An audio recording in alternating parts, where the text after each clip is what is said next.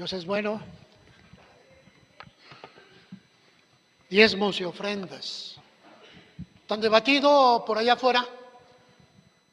La gente se espanta cuando se habla de diezmos, pero sabe que el diezmo es un sostén de una iglesia, de un ministerio, de una casa sacerdotal. Y muchas veces nos olvidamos de eso.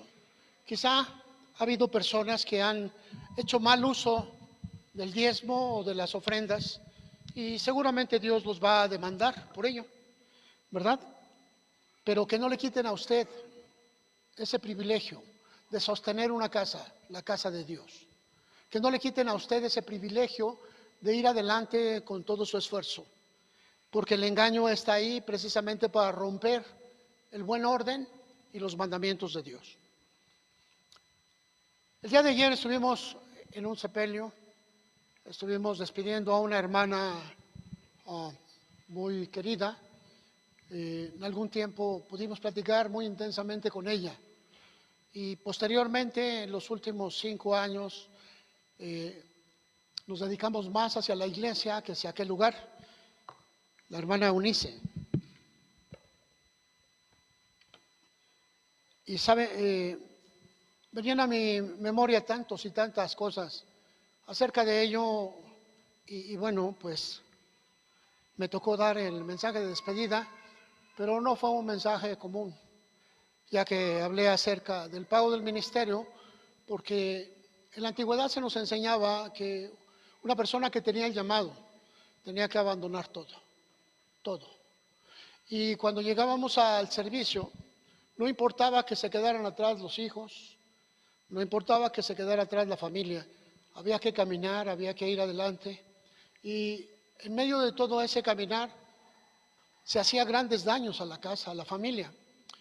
Los hijos de pastor se convertían en personas que manipulaban o manejaban las circunstancias para seguir en el ministerio, porque les era cómodo, al mismo tiempo que odiaban el servicio, el culto.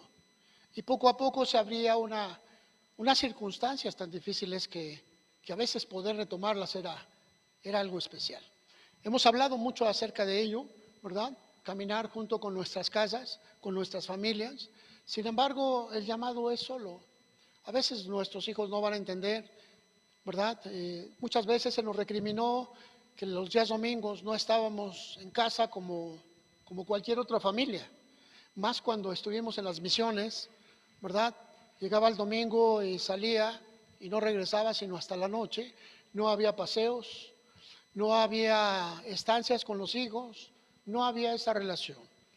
Me recriminaron mis hermanos que no estaba con ellos en las juntas, en las reuniones de la familia.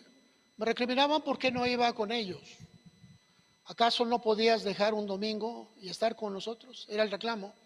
Y vinieron a mi mente todas esas cosas que tuvo que ver la hermana y sabe, Dios me trajo un concepto de reconciliación, pero me negaba porque ellos tienen una reunión de familia cada año y la van llevando de un lado a otro. Las últimas veces estuvieron por Puebla, por Veracruz, una vez estuvieron cerca de Cancún y bueno, cuando estuvieron aquí en San Felipe, me invitaron a predicar en esa reunión familiar y Dios me trajo la palabra reconciliación. Y pude predicar la reconciliación en ese lugar y fue algo maravilloso, algo grande, y miré cómo se derramó el poder de Dios en medio de esa casa.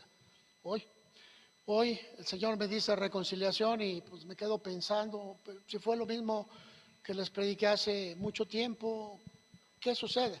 Solo que me empezó a enseñar otro tipo de cosas y es una reconciliación en el ministerio.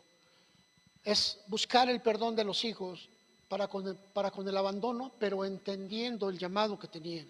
Entender las circunstancias que se habían dado y la manera como cada uno de ellos iba a caminar.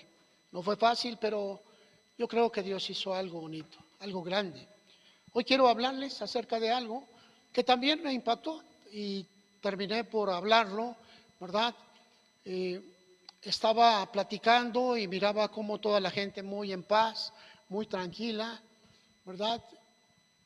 y venía a mi corazón un sinnúmero de cosas, ¿verdad? Les decía, es que no es una persona cualquiera la que está en ese féretro.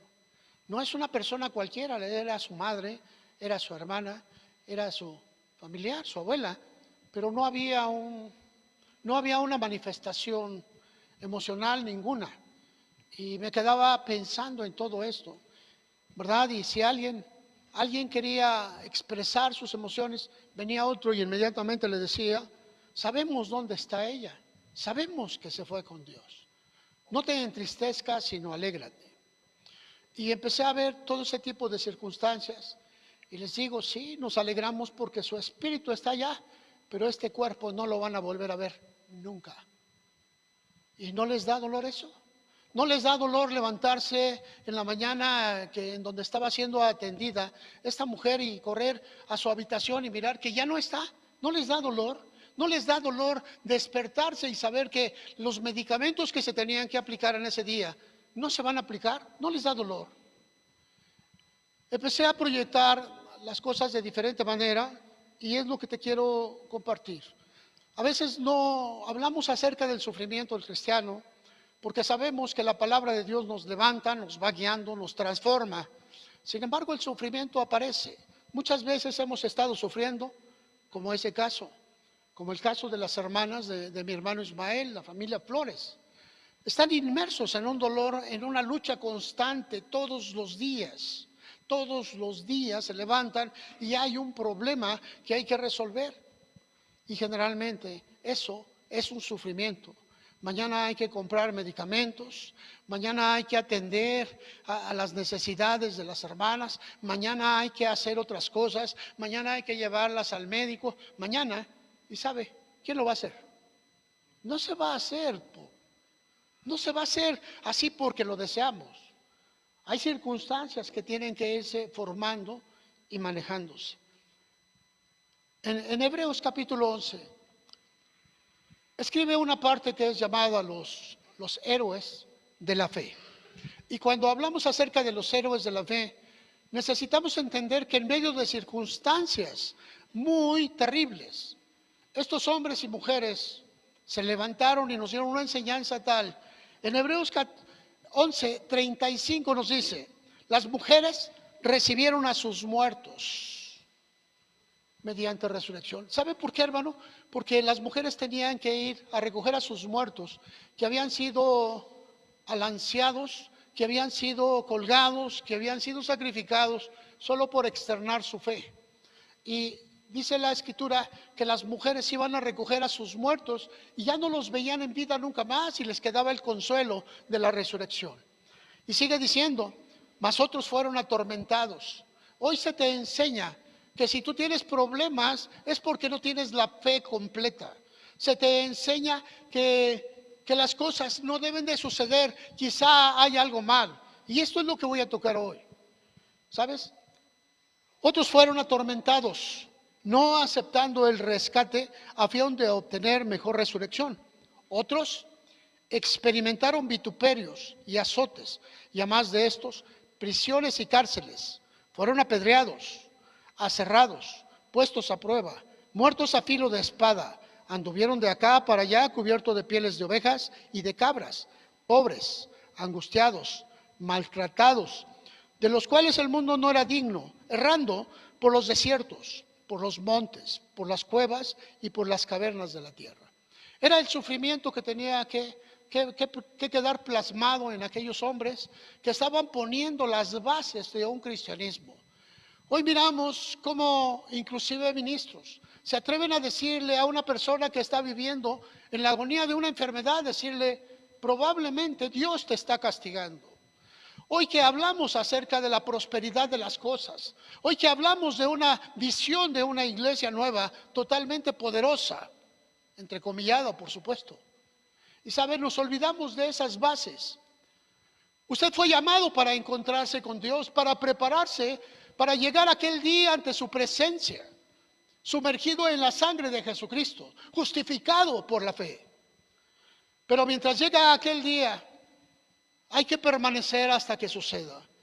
Pero mientras está usted viviendo una vida Una vida que le va a hacer una limpieza más profunda en su espíritu, que va a estar viviendo una vida de agobio, una vida de dolor, una vida diferente. Porque lo que está puesto al final es grande. Pero hoy se nos ha enseñado que si tu fe no está correcta, pues estás enfermo. No tiene nada que ver, absolutamente nada, absolutamente. Que si estás mal en tu trabajo es porque no tienes fe, tampoco.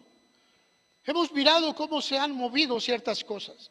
El sufrir es un tema totalmente impopular y más en la iglesia. Nos gusta hablar de salvación en todas las circunstancias. Y la palabra salvación es quedar exento del sufrimiento. Pero muchos de nosotros vamos caminando y entendemos que el sufrimiento es parte de la vida. El sufrimiento depura el alma. El sufrimiento nos vuelve personas sólidas, capaces de poder caminar en cualquier tipo de situación porque nos ennoblece. También es como el tratamiento que se le da a un metal, a un cuchillo, en donde se le mete a un fuego hasta buscar el rojo y el blanco vivo y después meterlos en algo frío totalmente para templar el acero. Y al templarlo de esta manera, ese acero no vuelve a resquebrajarse ni a tener movimientos. Así nuestra vida también está siendo llevada. El sufrimiento es impopular, hermano. No podemos hablar porque la gracia del Señor, y a través de estas palabras nos olvidamos de enseñarles a nuestros hermanos que el sufrimiento es parte de la vida, como lo es la enfermedad, como es el dolor, como es la amenaza de muerte. Y es una amenaza que nos golpea mentalmente y físicamente. El dolor, amados, es algo que está allí y que a veces lo olvidamos. No me refiero al dolor porque te machucaste a un dedo. No, hermano, me refiero a un dolor permanente porque algo está sucediendo en tu organismo. Quizá el médico te dijo que había un elemento extraño y había que identificarlo. Te había que practicar una biopsia. Y hay una amenaza que te viene a decir y viene el tormento mental. Empiezas a pensar qué va a suceder, qué está aconteciendo en esa parte de mi cuerpo. ¿Acaso el veneno ha infiltrado a mi cuerpo? ¿Acaso es cáncer? Y vienes pensando mil cosas. ¿Cómo saberlo? ¿Cómo saberlo? Tenemos un enemigo que está plantado en contra nuestra. Vayamos a la primera carta de Pedro. Primera carta de Pedro, en el capítulo 4 y en el versículo 12.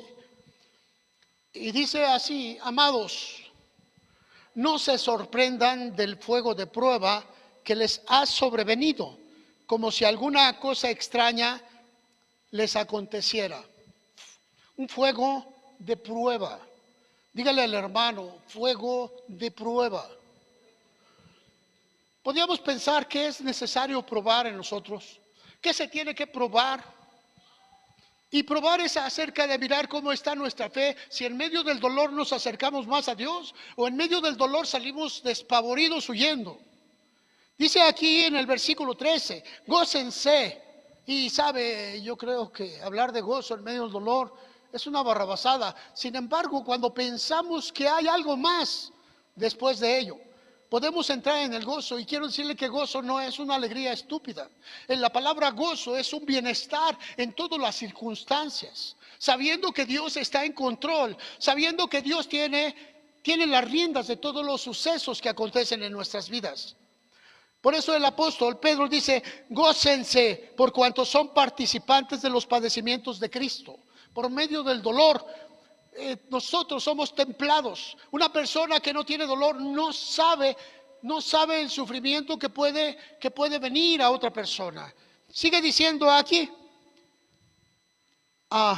gócense por cuanto son participantes de los padecimientos de Cristo, para que también en la revelación de su gloria se gocen con gran alegría. Si son vituperados por el nombre de Cristo, son bienaventurados porque el glorioso Espíritu de Dios reposa sobre ustedes. Ciertamente de parte de ellos, Él es blasfemado, pero por ustedes es glorificado. Así que ninguno de ustedes padezca como homicida, o ladrón, o malhechor, o por entremeterse en lo ajeno. Pero si alguno padece como cristiano, no se avergüence, sino glorifique a Dios por ello. Porque es tiempo de que el juicio comience por la casa de Dios. Y si primero comienza por nosotros, ¿cuál será el fin de aquellos que no obedecen al Evangelio de Dios? Y si el justo con dificultad se salva, ¿en dónde aparecerá el impío y el pecador? De modo que los que padecen según la voluntad de Dios, encomienden sus almas al fiel Creador y hagan bien. Parecería que es un consuelo a medias. Parecería que no merma el dolor o el sufrimiento. Sin embargo, lo que está hablando de que todo lo que sucede en la tierra, en nuestro cuerpo, es vanidad. ¿Qué me refiero con la palabra vanidad? Que es temporal. La palabra vanidad se traduce como temporal. Solamente tiene un tiempo. El problema que usted está librando tiene un tiempo de vida y se va a terminar. Se va a acabar. Pero en el versículo 12 el apóstol dice, no se sorprendan del fuego de prueba. ¿Por qué, hermanos? Porque la enfermedad, porque las circunstancias de peligro, de riesgo, prueban nuestra fe. Ahí es donde vamos creciendo realmente quiénes somos, cómo somos, por qué somos, o nos venimos hacia abajo.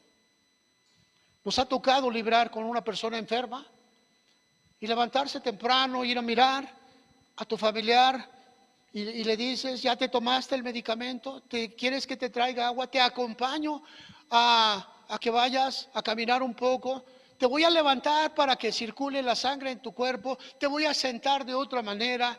Y podemos mirar que cuando esto se hace día con día, produce una fatiga tanto emocional como física. Así como la fatiga empieza a llegar a las personas y empiezan a mirar esto cuándo se va a terminar y empiezan a pelear los unos con el otro. Ay, pues ahora le toca a mi hermano el mayor, ese no ha venido y el hermano menor se ha hecho disimulado y la hermana que está allá, mira, ni siquiera se asoma. Y miramos como si todo eso se viniera encima. Yo creo que a algunos de ustedes les ha tocado vivir con una persona enferma algún tiempo, 1 año, 2, y sabe de lo que le estoy hablando. Es difícil, empieza una fatiga mental. Estoy solo, ya me dejaron. ¿Por qué? Porque está viviendo una prueba, se está probando tu fidelidad, se está probando quién eres. Quizá todos los demás abandonen el barco, pero tú vas a permanecer porque tienes bien claro quién eres y quién está detrás de ti. Y es la circunstancia que vamos a estar viviendo. Cuando llegué a este sitio, miraba que no había lágrimas. No había lágrimas. Y volteaba a ver a otro, y luego a otro, y luego a otro. Mi mamá descansa ahora. ¿Y te sientes bien? Porque ya no va a estar tu madre. Me vi agresivo, muy agresivo. ¿Y te sientes bien porque tu madre ya no está?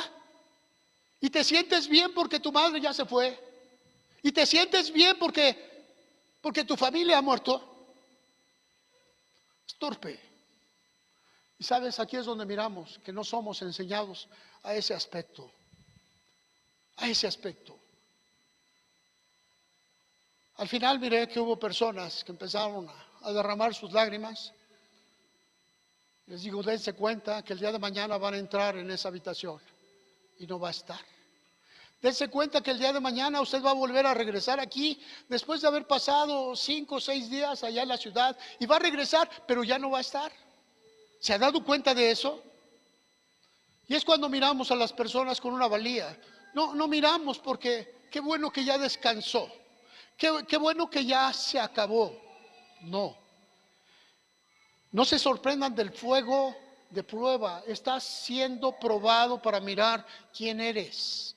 La enfermedad de otros nos prueba también. La enfermedad propia nos doblega, pero la enfermedad de otros que están cerca de nuestra vida nos prueba. Y es un fuego, dice la Escritura. Es una pasión, es algo doloroso, es algo que quema, es algo que está allí. Y dice la Escritura que es un tiempo de prueba. Tenemos un enemigo Un enemigo que fue nombrado desde el principio del mundo. El enemigo de nuestras almas, el diablo, el adversario, el que está en contra de tu vida, hagas o no hagas. Él busca destruirte por todas las maneras, pero no puede tocarte. No puede poner su mano sin el permiso de Dios, pero va a tratar de aventar pensamientos. Va a tratar de que alguien venga y te diga una palabra que te destruya. Va a tratar de que alguien venga como un instrumento diabólico y te acuse. Y entonces tú vas a actuar contra ti mismo. Ese es el principio diabólico. Y sabe, quiero que vea esta parte en el libro de Job, capítulo 1. Ese hombre hijo de Dios, ¿verdad? Pasa circunstancias bien terribles, bien terribles. Y dice en el versículo 6 lo siguiente: un día vinieron a presentarse delante de Jehová los hijos de Dios, entre los cuales vino también Satanás. Y espántese, Satanás también está catalogado como un hijo de Dios.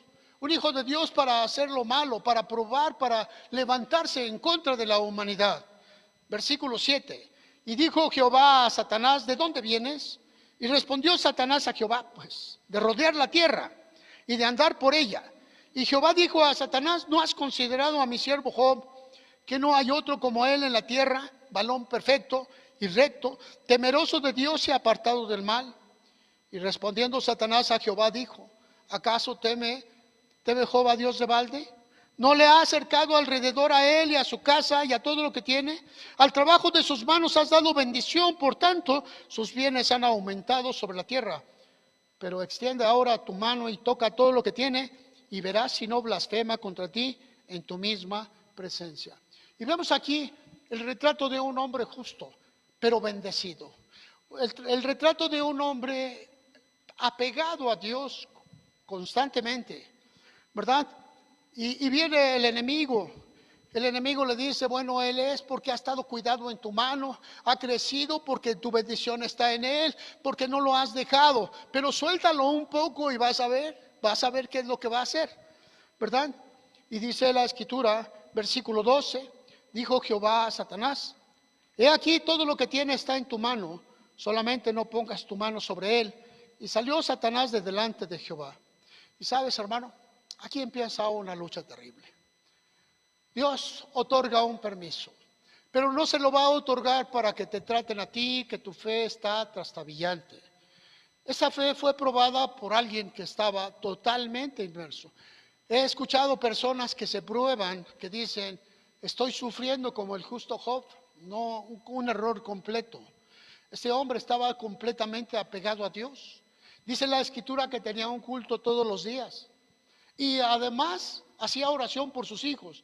Y este es otro punto que podríamos tocar aparte, ¿verdad? ¿Qué sucede? ¿Verdad? Riquezas. Versículo 18 y 19 dice: entre tanto que éste hablaba, vino otro que dijo: tus hijos y tus hijas estaban comiendo y bebiendo vino en casa de su hermano el primogénito. Y un gran viento vino del lado del desierto, azotó las 4 esquinas de la casa, la cual cayó sobre los jóvenes y murieron. Solamente escapé yo para darte la noticia. Le habían quitado todos los recursos, le habían quitado todo lo que había recibido. Los negocios habían sido asaltados, los rebaños de ovejas, de camellos, todo le habían quitado. Y él estaba triste, y con todo viene todavía la noticia de sus hijos. Y aquí podemos mirar, ¿verdad? Se abren dos vertientes, que él con todo decidió orar y buscar la salvación de sus hijos, sin molestar a sus hijos. Y aquí es un problema grave cuando los padres de familia oran por los hijos sin enseñar a los hijos. ¿Sí me explico? Él oraba por ellos, pero ellos hacían lo que les daba su gana. Ellos no venían a la iglesia, no estaban en los cultos. Ellos tenían aquí una fiesta, dice la escritura, se estaban echando los vinos, ¿verdad? ¿Sí o no? ¿Sí? Dice el versículo 18, tus hijos y tus hijas estaban comiendo y bebiendo vino. Si no fuese algo grande esto, te aseguro que no fuera escrito. Nos enseña que para ellos no les importaba lo que estaba sucediendo. Ellos se habían encerrado en una casita y todos juntos, ¿verdad? Estaban teniendo un animalito que habían invitado, ¿verdad? Había bisteces, había barbacoa, había también carnitas, de todo lo que usted quiera, pero sobre todas las cosas, dice, había vino. ¿Qué cantidad de vino? Probablemente mucho. Probablemente 2 que 3 habían quedado ya muy zaraguatos, así, todos mareados por el vino, y seguían empujándole, y tráete otra jarrita, y tráete del bueno, y queremos más de este, y queremos del verde, y queremos del rojo, y échale, y dice la escritura, ¿verdad? Que estaban muy contentos, y vino un movimiento de tierra, y las bardas cayeron sobre ellos. Piedras muy grandes, por supuesto, los hicieron pedazos. ¿Sabes, hermano? ¿Por qué ellos son tomados como un elemento de la riqueza de Job? Bueno, porque a veces no pensamos en la administración de la vida de nuestros hijos. Pero aquí nos enseña que cuando viene un juicio los va a tocar a ellos, los enseñes o no. Gloria a Dios. Otro pasaje, ¿verdad? Más adelante, aquí miramos cómo Job pierde todo lo que Dios le había dado, riquezas, cuidados, salud y sus hijos. Todo lo perdió en un día, todo. Y estaba Job sufriendo ahí en un rincón, capítulo 2, ¿verdad? Dele la vuelta al libro. Y en el versículo 3 dice, Jehová dijo a Satanás, ¿verdad? La misma historia. ¿De dónde vienes? Pues de dar la vuelta al mundo. Oye, y le dice, ¿no has considerado a mi siervo Job, que no hay otro como él en la tierra, varón perfecto y recto, temeroso de Dios y apartado del mal, y que todavía retiene su integridad, aun cuando tú me incitaste contra él para que lo arruinaras sin causa? Y respondió Satanás diciendo, piel por piel, el hombre dará todo por su vida. Y hace algún tiempo, encontré a un hombre que tenía problemas en los riñones. Estaba bajo tratamiento médico, ¿verdad? Pero él quería algo rápido. Y como vino a la iglesia y se oró por él y el milagro no sucedió, él decidió ir a ver a unos amiguitos, y esos amiguitos lo llevaron a un sitio allá por Veracruz, en Catemaco, y le hicieron las limpias, le hicieron la sanidad de sangre, la brujería, la hechicería. El hombre sigue muriendo hasta este momento, pero dice la escritura que el hombre dará todo por su vida. Encontré hace algunos años en una familia que fui a compartirles porque la mujer estaba muriendo, y en la puerta me topo con el cura. Buenas tardes, buenas tardes. Dije, ay caray. Pero pienso, a veces los hijos y la familia no tienen la misma creencia, y pensé, alguno de ellos los trajo. Mi sorpresa fue más que cuando la misma persona dijo, por si existiera alguna duda de los dos lados. La mujer murió. Pero miramos aquí lo que va a dar el hombre por su vida. Quizá usted, hermano, cuando esté, que esperemos que no llegue, imagínese a un cristiano que llama en su agonía.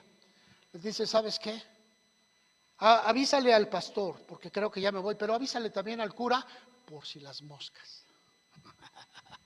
¿Verdad? ¿Usted lo haría? Pregúnteselo, realmente. ¿Y sabe cuándo sucede esto? Cuando hay dudas en la fe, cuando existen dudas en lo que creemos.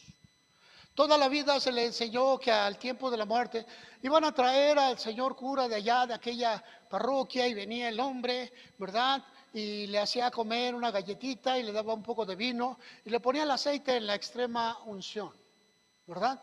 Y de ahí le decían, está listo para morir, ¿verdad? Tus pecados te son perdonados. Wow, como si así fuese. Pero a veces eso lo quiere oír una persona que nunca se acercó a plenitud a Dios. ¿Sabe, hermano? La extrema unción es el aceite que se pone a los enfermos, dice el apóstol. Si está el hermano enfermo, traigan a los ancianos, únjalo con aceite fresco, ¿verdad? Esa se le llama la unción. Y la extrema unción es una palabra que utilizó San Agustín de Hipona, ¿verdad? Diciendo que era la extrema, que era lo último y que era la preparación para que una persona estuviera en manos de Dios. Completamente ajeno, como si por un poco de aceite se borrara toda tu vida pecaminosa. Pero miramos aquí, dice la Escritura, Satanás dijo, piel por piel, el hombre dará todo por su vida. ¿Tú qué darías, hermano? Ya te dije que hubo personas que fueron allá con los brujos, con los catemacos. Otras personas fueron a regresar y fueron a su cultura y le dijeron al señor cura de la esquina, venga, ¿verdad? ¿Qué harías tú, hermano? Porque dice que el hombre cuando está enfermo dará todo por su vida. Cuando le dicen es grave lo que tienes, no va a haber vuelta de hoja. 3 o 4 meses estuve platicando con una mujer allá en Colonia del Valle. A ella le habían encontrado cáncer en uno de sus senos y le habían hecho la cirugía para extirparlos y tenía todo un proceso, pero ¿qué cree? De repente llegaba al Seguro Social y le decían, no hay medicamento, vente mañana. Y así sucesivamente. Ellos tenían bienes y recursos para comprar ese medicamento y muchos otros. Sin embargo, era gente que no gastaba en sí misma, decía, estoy en manos de Dios. Otra torpeza. Si usted tiene recursos, atiéndase, porque Dios utiliza a esas personas. Pero ella decía, no, Dios va a proveer. Y yo miraba, pues si tienen dinero, son de alcurnia, por decir, de riquezas, tienen negocios, ¿por qué no pueden comprar un medicamento? No, ya Dios dará. Terminó por morir. 3, 4 meses. Ahí en el 20 de noviembre. Estuve con ella los últimos momentos y platicaba junto con una hermanita y le decíamos, una hermanita que era su madre, y le decíamos, ¿estás lista para partir? Sí, ya estoy lista. ¿Verdad? Fue triste porque esa circunstancia pudo haber cambiado. Y aunque ella tenía todos los recursos para comprar medicamentos, no quiso hacerlo. No quiso hacerlo. ¿Avaricia? ¿Codicia? No lo sé, hermano. Yo puedo llamarle tacañería.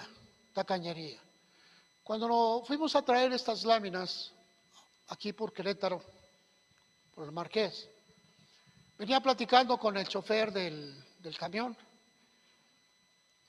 hablándole de Cristo, y me decía que su esposa era cristiana y que estaba metida. Me dice, pero yo tengo mis dudas. Y al final me empezó a platicar que su esposa tenía cáncer en una etapa, pues no terminal, pero sí etapa media, creo que era llamado. Y le digo, bueno, pues hay que luchar, ¿no?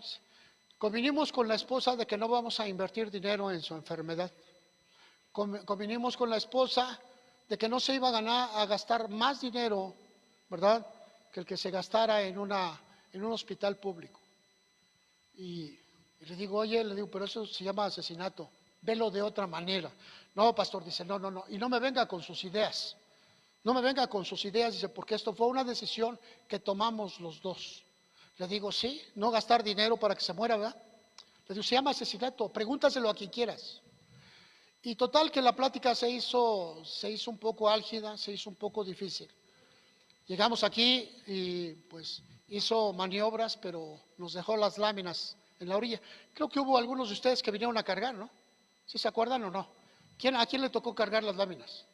A nadie. Iván, ¿sí? ¿Cómo pasábamos y empezó a llover? ¿Te acuerdas? Y sabes, no hizo por entrar. Venía enojado, venía molesto. Pero bueno, gloria al Señor por todo eso, hermanos. Quizá yo estaba muy molesto porque nos salió más caro, nos salió con mucho tiempo. Estábamos desde las 7, salimos a las 5, 7 de la mañana y salimos a las 5. La gente aquí desesperada y bueno, todo un rollo. ¿Y sabe, hermano? Hace poco tiempo me dijeron que la mujer murió. ¿Qué haría usted, hermano? ¿Qué haría usted? Ya no voy a gastar porque mi esposa tiene cáncer. Ya no voy a gastar, mejor que se muera. ¿Qué es lo que va a hacer usted? ¿Sabe? Ese es el sufrimiento que estamos mirando. Esas son las palabras que no atendemos. Son las cosas que cerramos los ojos. A veces no queremos gastar y nos hacemos oxisos, como los muertos que no oímos. A ver quién se encarga de ir a atender al familiar enfermo y lo lleva al hospital, porque yo estoy muy ocupado con el fútbol, estoy muy ocupado con mis cuates, estoy muy ocupado con lo mío. Y no tengo tiempo para atender a mis familiares. Job, ese hombre acababa de perder todo, todo. Y le había quedado ahí una mujer que le decía, anda, maldice a Dios y muérete. Traducido es, pues suicídate, porque es a causa tuya. Eres el causante de todo esto. De alguna manera la mujer estaba acusándolo. Y él estaba viviendo una circunstancia que estaba siendo probado. Dios había permitido la prueba. Pero la gente que estaba alrededor lo acusaba. Es por tu maldad, es tu historia, es tu generación, ¿verdad? Vienes de maldición. Y si hablásemos de maldición, hermano, aquí viene algo especial. La maldición se rompe cuando usted decide que Jesucristo es su Señor. Porque Jesucristo llevó la maldición al madero. Eso lo dice en Gálatas 3:13, si lo quiere ver después. 3:13, ¿verdad? Nos dice ahí que Jesús llevó la maldición al madero. Para que usted no camine con la maldición. Si no, imagínese qué maldición traería a usted porque sus abuelos hicieron esto. Hoy se habla de doctrinas de maldición generacional y le quieren trasladar la pena de sus abuelos que andaban sacrificando personas, ¿verdad? Le quieren traer todo esto. Pero usted cuando vino a Cristo y cuando su corazón se metió a lo profundo de Jesucristo, usted nació de nuevo. Usted no tiene maldición. Amén. Dígame amén. Tenemos un adversario. Existe. Está allí. Y dice en la primera carta de Pedro, capítulo 5, en el versículo 8. Sean sobrios y velen, porque su adversario, el diablo, como león rugiente anda alrededor buscando a quien devorar, al cual resistan firmes en la fe, sabiendo que los mismos padecimientos se van cumpliendo en nuestros hermanos en todo el mundo. Es un padecimiento que estamos viviendo, pero estamos listos. Estamos listos para doblegar nuestra vida. ¿Realmente te has puesto el vestido de amor? ¿Te has puesto el vestido de misericordia? ¿Eres fiel? Ese vestido que te pones y que poco a poco se va pegando a tu espíritu hasta que se vuelve uno contigo. Y cuando tú te pones el amor, cuando tú estás vestido de amor, respondes en amor. Y sabes, el amor y el vestido es algo tan maravilloso y tan grande que asume toda tu vida. Por amor atiendes a tu familiar enfermo, no por obligación. Por amor desgastas tus riquezas. Por amor atiendes lo que otros no van a atender, porque así es el uniforme del amor, así es el vestido del amor. Y sabes, amado, dice que el diablo va a tratar, provocar pensamientos. Dice aquí, sean sobrios, estén alertas, porque nuestro adversario, el diablo, anda como un león rugiente y busca a quien devorar. Así que, amado hermano, yo me nutro de todas las circunstancias que acontecen alrededor de mí. Y hay muchas cosas que traigo de allá para compartírtelas porque son circunstancias que se viven constantemente. Son circunstancias que están allí. Y quizá tú, amado hermano, no has puesto a pensar en esto, que tienes un adversario desde que naciste. Desde que naciste. Te hiciste cristiano, ahora doblemente. Antes no le importabas porque ibas directo a la destrucción. Pero cuando viniste a Cristo te convertiste, te convertiste en alguien a quien había que destruir. Y como no puede tocarte, va a ir buscando tu mente, tus pensamientos. El diablo. Ay, hermano, a todo le echan la culpa al pobrecito diablo, ¿verdad? Pero ¿sabes qué, hermano? Tienes que pensar que hay una fuerza extraña, hay una fuerza de oscuridad que está en tu contra y que va a tratar de provocarte pensamientos que rompan el amor de tu vida, que quiten lo que tú eres. En Efesios capítulo 6, versículo 1, Efesios 6, 11, perdón, 6, 11, dice la escritura, que nos vistamos, dice, vístete de toda la armadura de Dios para que puedas estar firme contra las acechanzas del diablo. Enseguida te dice que tienes una lucha en el territorio donde tú vives. En ese territorio hay maldición, en ese territorio hay pecado, en ese territorio hay cosas malas. Observa aquí a la esquina, hermano, ya tienes la brujería, tienes las limpias, tienes los chamanes, tienes todo. ¿Sabes? Dice el Señor que tú vas a luchar contra ese territorio. También dice que hay un gobierno de oscuridad, ¿verdad? A veces ese gobierno es el temor, es el miedo, son las circunstancias que se manejan a tu alrededor. También nos dice la Escritura que hay potestades, hay fuerzas malignas que van a asumir a la gente. No sé hasta dónde llegue su sensibilidad, pero hace años, todos los días tenía que pasar por un mercado que es llamado el mercado de Sonora. Y pues a mí me daba risa lo que vendían ahí y hacíamos bromas, pero miraba que toda la parte de afuera había un resto de gallinas negras y cuervos. Los vendían para sacrificios. Hacían velas de grasa animal y decían que había velas de grasa humana para ciertos sacrificios. Es llamado el paraíso de los brujos, ¿verdad? Ahí encontraba todo lo que quería. Y olía mal, porque siempre están quemando algo y huele mal, y si usted pasa por la banqueta, lo más seguro es que le va a doler la cabeza. Y sabe, así es ese lugar. Más adelante, en la colonia Vallejo, San Simón, hay una avenida que se llama Vallejo, ahí nace, y toda esa avenida está de brujos. Todo de un lado y de otro de la avenida se dedican a las limpias y a las curaciones espirituales, espiritistas, etcétera, etcétera, etcétera. No hay iglesias en ese lugar. ¿Cómo está usted, hermano? Poder. Aquí hay una fuerza. Hay una fuerza en su familia que les dice, no vayas al médico, mira, te vamos a llevar con doña Torcuata y te va a echar las cartas y te va a amarrar con 3 listoncitos de diferentes colores y va a estar muy bien. O vamos a ver a doña Juanita, ¿verdad? Con sus 3 veladoras y te va a poner.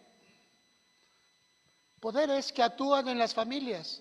Las familias no llegan a romper esa jetatura de la hechicería. Poderes. Y después, la maldad normal, hermano. ¿Normal? No, la maldad de la zona común, ¿verdad?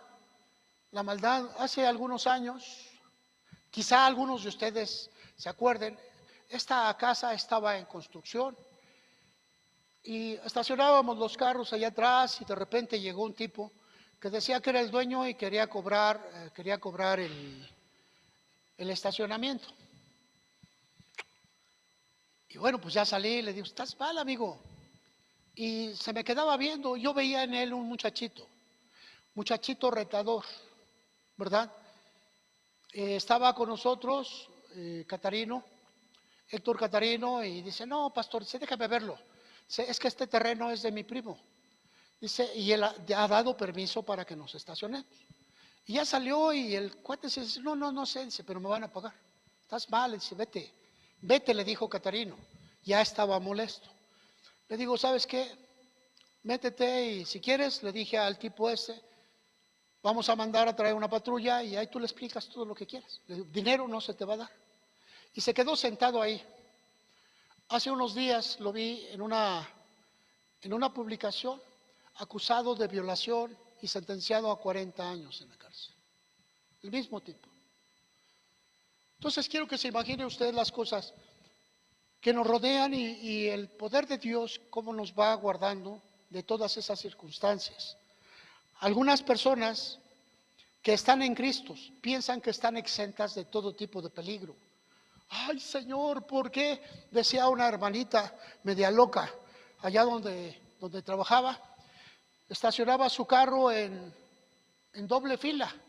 Y pues un día pasó la grúa, lo miró ahí, lo levantó y se lo llevó. ¿Y sabe lo que decía la mujer? Señor, pero ¿por qué a mí? Yo te lo encargué a ti. Y le digo, ¿y tú crees que Dios es cuidador de carros? Le digo, no seas torpe. Pero ¿cuántas personas creen en eso, mi hermano? Ay, lo voy a dejar aquí y que Dios me guarde, que Dios me lo cuide. Ahora vengo a lo otro, hermano. Primera carta de Pedro, capítulo 1, versículo 6.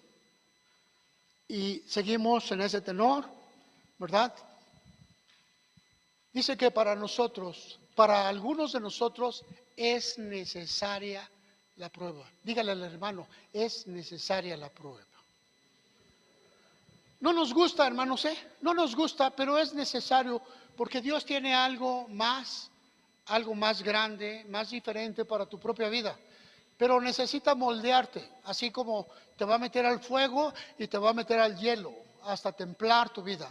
Y dice aquí, primera carta de Pedro, capítulo 1, versículo 6, dice, en lo cual ustedes se alegran, aunque ahora, por un poco de tiempo, si es necesario, tengan que ser afligidos en diversas pruebas, para que sometida a prueba vuestra fe, mucho más preciosa que el oro, aunque perecedero, se prueba con fuego, sea hallado en alabanza, gloria y honra cuando sea manifestado Jesucristo, a quien ama sin haberle visto, en quien creyendo, aunque ahora no lo vean, se alegran con gozo inefable y glorioso.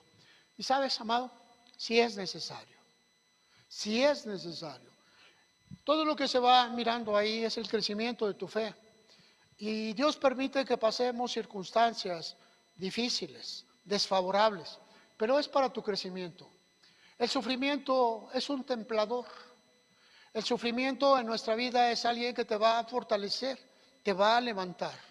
Puedes preguntarle a una persona que ha perdido a un familiar muy cercano, padres, hijos, ¿cuánto sufrimiento se vive en esa circunstancia?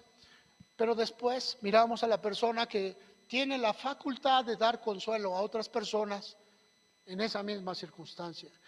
Nuestra vida es un testimonio para los demás y el sufrimiento es un templador. Cada vez que pasas por un aspecto de sufrimiento, hermano, una vez que lo superas por medio de la fe, te vuelves más fuerte, ¿verdad? Vivimos en un mundo de pecado y existe la tentación, ¿verdad? Estamos siendo tentados y esa forma de tentación, esa forma de pecado está ahí contra nosotros. Muchas veces necesitamos entender que nuestra vida está en oposición al mundo, ¿o no? Tu vida no está opuesta al mundo o sencillamente flotas y a ver a dónde te lleva. Y si es así, tienes un terrible problema. Estábamos mirando que en estos desfiles del orgullo, diríamos de la vergüenza, del orgullo gay, anduvieron algunas personas cristianas también ahí diciendo que estaban a favor de estas personas. Les digo, tienen un problema en su cabeza, tienen un problema grave. No es orgullo, es una vergüenza. Esto nos dice que hoy justificamos lo malo, lo prohibido. ¿Sabes, hermano? ¿Cuántos estudios psicológicos se hicieron en torno a la homosexualidad? Pero vino un dirigente mundial y dijo que todo eso estaba opacado y lo quitaron. Los estudios científicos los hicieron a un lado. ¿Sabe? Quítese de problemas cuando haya este problema. ¿Cuántos géneros hay? 2. ¿Quién lo dice? Su ADN. Y si tienen dudas, que se lo cambien. No hay más. vuelta. Lo dijo Dios, pero no quieren recibir a Dios. Entonces vayan a la ciencia, su ADN. Y no hay más que decir. El ADN dice si es hombre y si es mujer, no hay punto, y lo demás es perversión. Pero a veces esa perversión está fluyendo cerca de nosotros y uno, te opones a ella, o dos, caminas con ella. Y eso es lo que está pasando actualmente. Tu adversario, el diablo, trata de convencerte y llama bueno a lo malo y malo a lo bueno. Algunas personas que están en Cristo creen que están exentas del peligro del sufrimiento. No, no lo están, ¿verdad? Tenemos que mirar todo esto. Santiago 4:4, ya casi me acerco al final, hermano. Aguántame un poquito. Santiago 4:4 dice: almas adúlteras, ¿no saben que la amistad del mundo es enemistad contra Dios? Cualquiera pues que quiera ser amigo del mundo se constituye enemigo de Dios.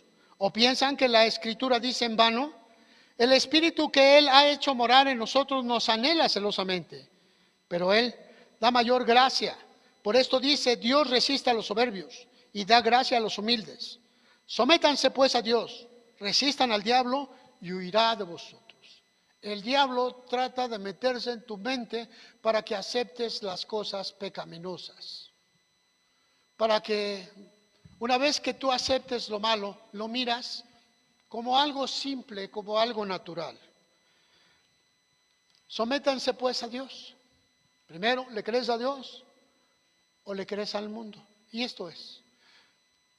Cuando estos hermanitos me dijeron que iban a desfilar, porque es su manera de predicar el Evangelio, les dije, probablemente su espíritu está exactamente igual que los que van a desfilar. Exactamente igual. A lo mejor tu espíritu es homosexual. A lo mejor tu espíritu está perturbado por las circunstancias. ¿Y sabes, hermano? ¿Qué interés tienes tú en el mundo? Te conviertes en enemigo de Dios.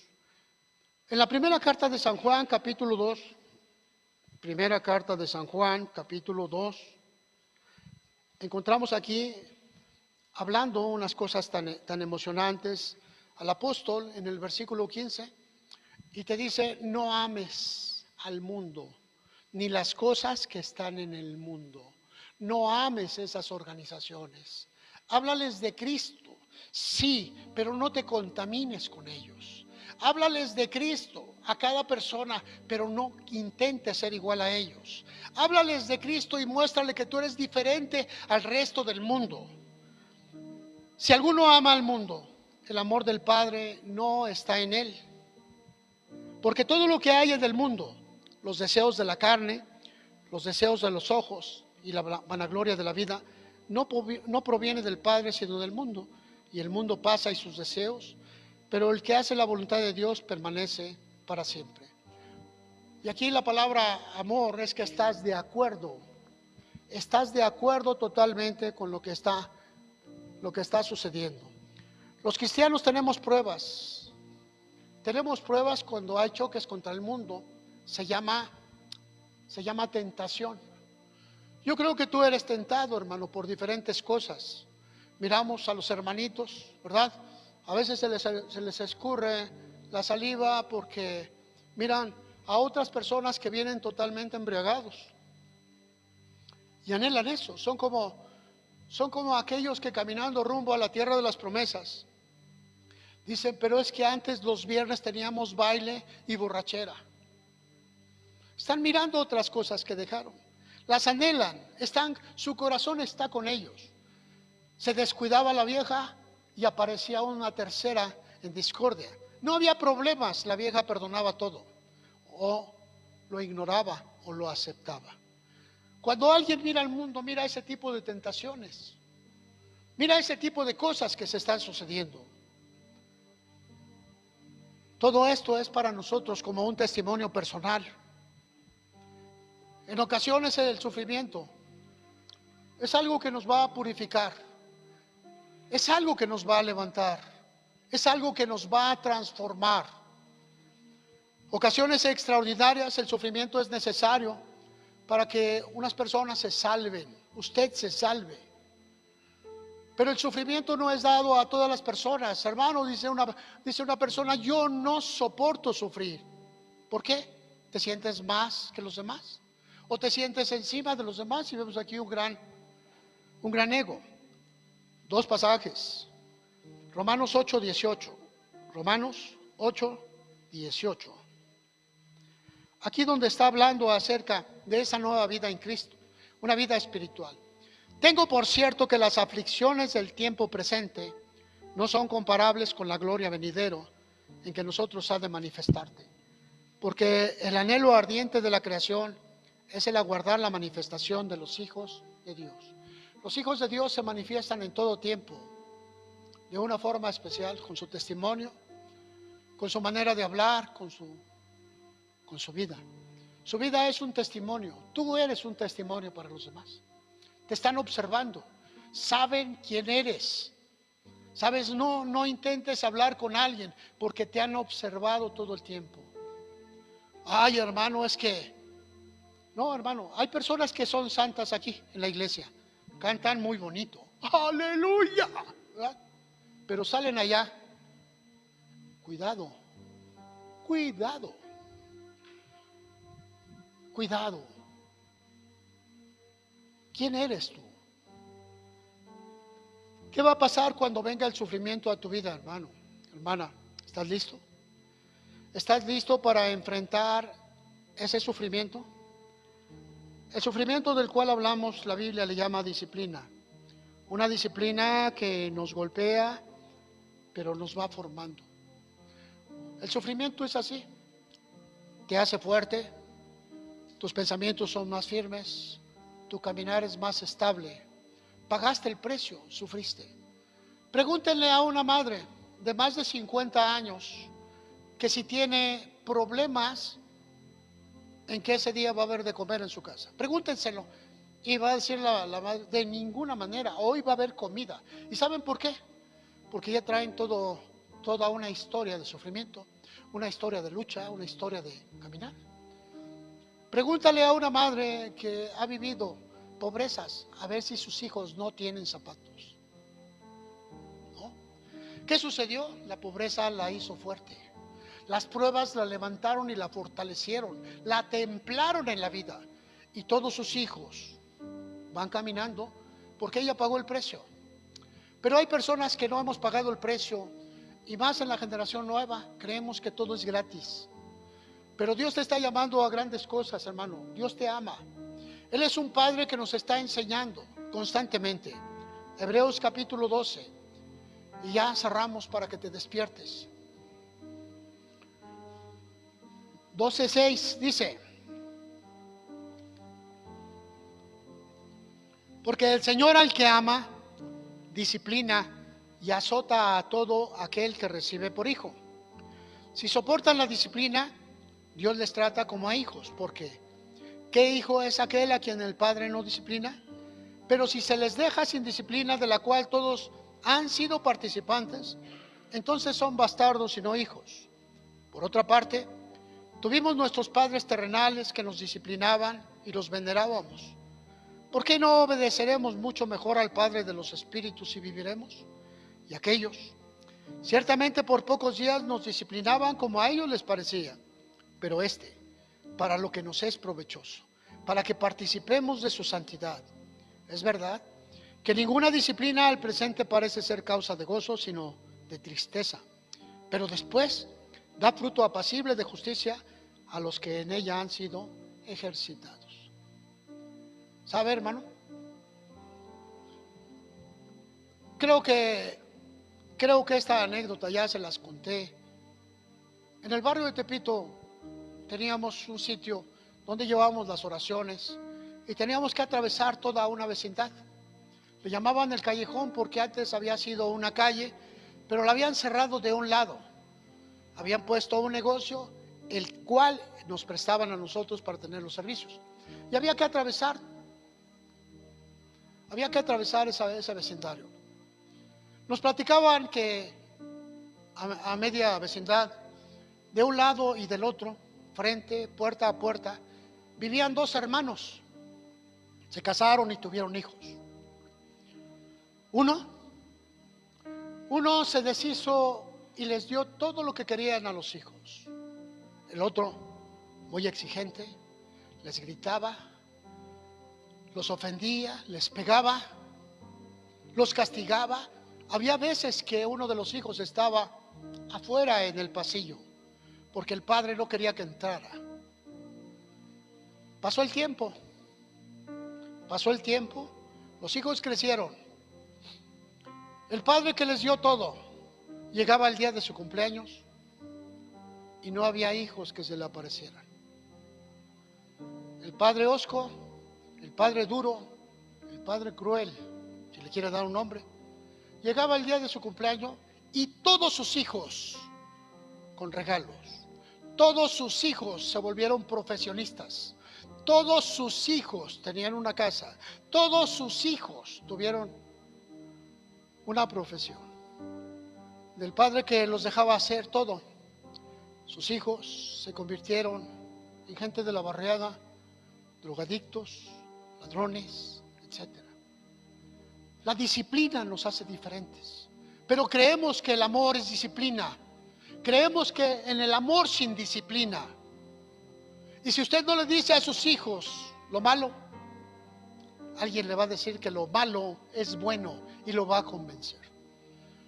¿Se da cuenta, hermanos, cómo el sufrimiento nos hace entender?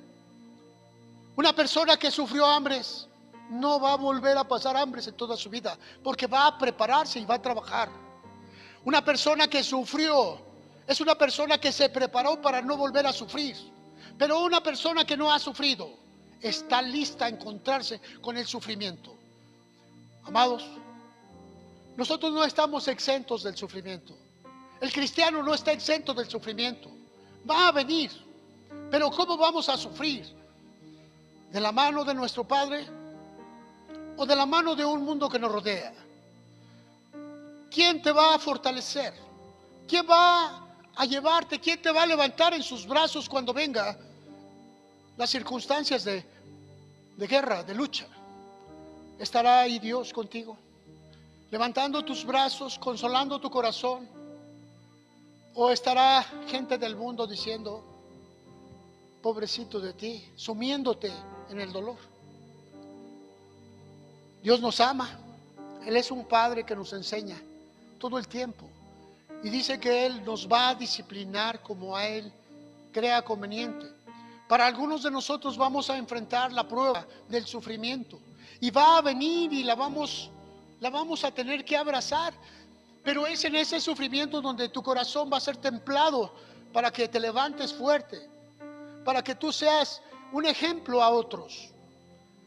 Y sabes, amado hermano, muy pocas personas van a recibir ese privilegio.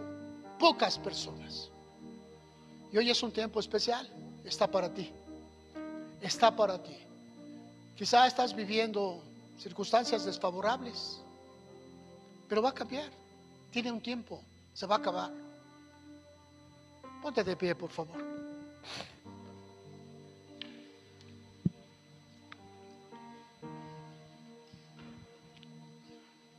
Levanta tus manos ahí donde estás.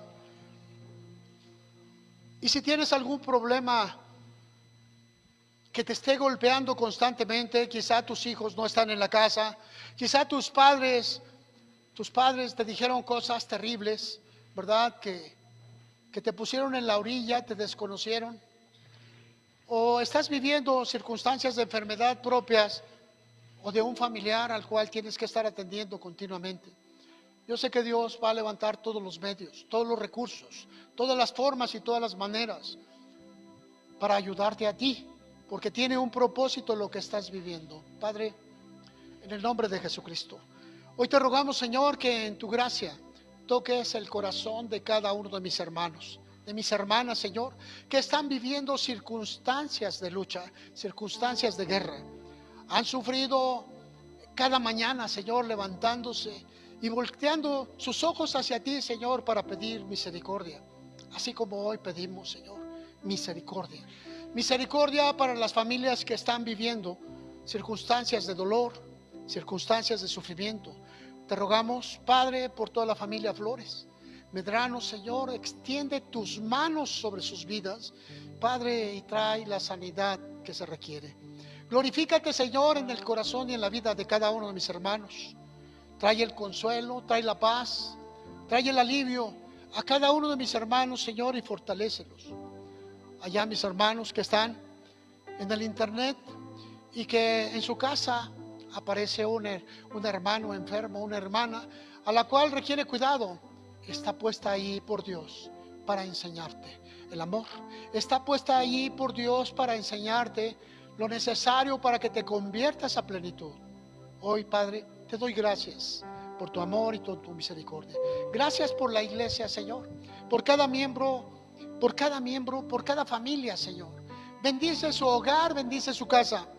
Y Padre, que tu palabra fluya enormemente en el corazón y en la vida de cada familia representada. Mira por sus esposos y esposas, por sus hijos, por sus padres, por sus hermanos y hermanas. Mira, Señor, por todas las personas que están en dolor. Y Padre, pone en cada uno de nosotros palabras de consuelo y acciones de guerra, acciones de lucha. Hoy te damos gracias por todo ello, en el dulce y bendito nombre de Jesucristo. Amén. Quiero que le des un fuerte aplauso al Señor.